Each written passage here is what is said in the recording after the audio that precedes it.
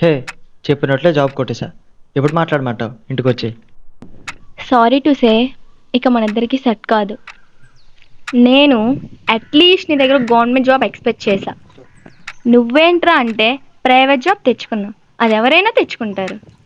పైగా నువ్వంత హ్యాండ్సమ్ కూడా కాదు. సో నిన్ను మా ఇంట్లో యాక్సెప్ట్ చేయాలి అంటే మినిమం గవర్నమెంట్ జాబ్ ఉండాలి. నువ్వు నువ్వే చెప్పావుగా నీ సెటిల్ అయితే మీ ఇంట్లో ఒప్పిస్తా అని. అప్పుడు గుర్తు రాలేదా నేను హ్యాండ్సమ్ కాదు అని? అంటే నా జాబ్ నా ఫేస్ వాల్యూని డిసైడ్ చేసింది అన్నమాట. ఒకసారి మీ ఇంట్లో నేను మాట్లాడతా. No way. Wait a minute. Hello dad, చెప్పండి. అవునా? యా డాడ్, మీ ఇష్టం. నో నో, అదేం లేదు. Yeah, bye dad. ఏమైంది?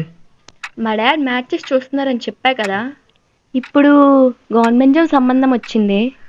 సో ఈ టైంలో ఇంట్లో మన గురించి చెప్పి ఒప్పించడం చాలా కష్టం. ప్లీజ్ ఇక్కడతో వదిలే. ఎలానో మనకి బ్రేకప్ అయింది కదా. ఆ? బ్రే బ్రేకప్ మనకెప్పుడు? హే, ఓకే, గుడ్ బాయ్.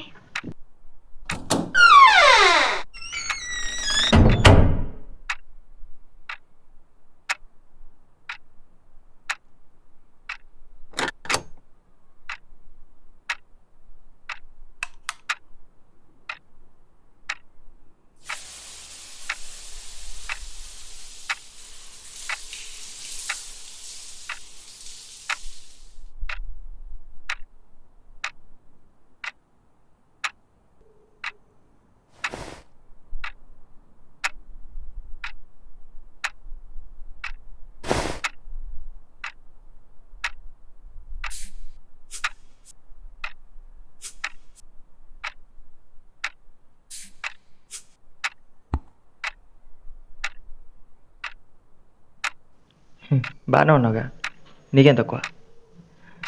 ఆయన ఎవరో దారిని పోయి దానం ఏదో అంటే ఫీల్ అయిపోతావా? ఏం పర్వాలేదు, ఏం పర్వాలేదు, కూల్. గవర్నమెంట్ జాబ్ కాదు, ఏ జాబ్ అయినా పర్వాలేదు, దాని అమ్మాయి ఖచ్చితంగా వస్తుంది. పీకుల్ పీకుల్ ఖచ్చితంగా వస్తుంది, నాకు ఆ నమ్మకం ఉంది.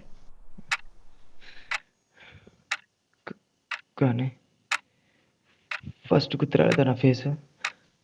అయినా నీ ఫేస్ బాగానే ఉందిరా. ఆడెవడో గవర్నమెంట్ జాబ్ దొరికిందని వదిలేసింది అంతే, ఇంకేం లేదు. ఇలాంటివన్నీ చాలా రేర్. అందరు అమ్మాయిలు అలా ఉండరు. Okay, be positive, be positive.